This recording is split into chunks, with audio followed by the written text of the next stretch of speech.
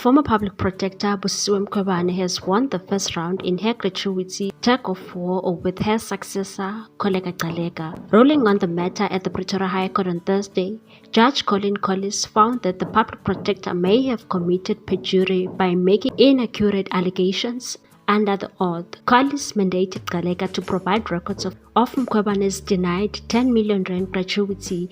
The judge also imposed her with punitive costs for the delays in the case. The judge also announced that the requested records must be provided today as the hearing date for the case is awaiting confirmation. The crux of the dispute revolves around Mkhwebane's entitlement to the gratuity following her impeachment by Parliament in 2023.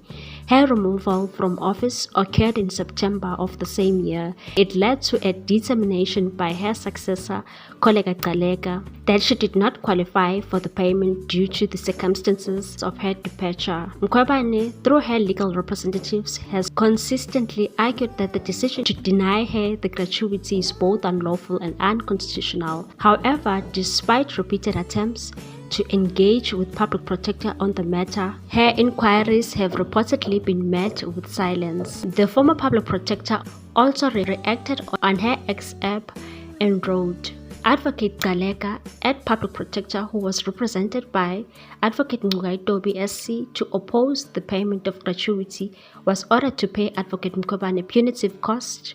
Also, the court found that she made factually incorrect allegations under oath. This constitutes the criminal offense of perjury. The matter will be acted upon urgently. Mkhwebane also expressed dissatisfaction with the actions of the current Public Protector.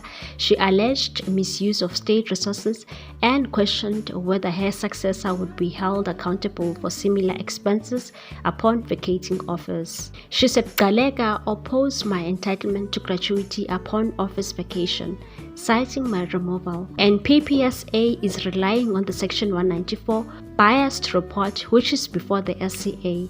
The CEO uses the PPSA car and the state security officers due to alleged life threats resulting from the gratuity dispute.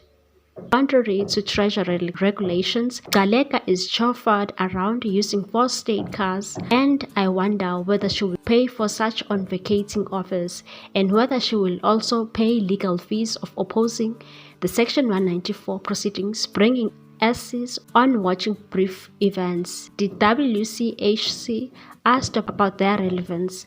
Now she has appointed SC Mkhwebane, this for a matter which needs court assistance to interpret the PP conditions of service adopted by Parliament.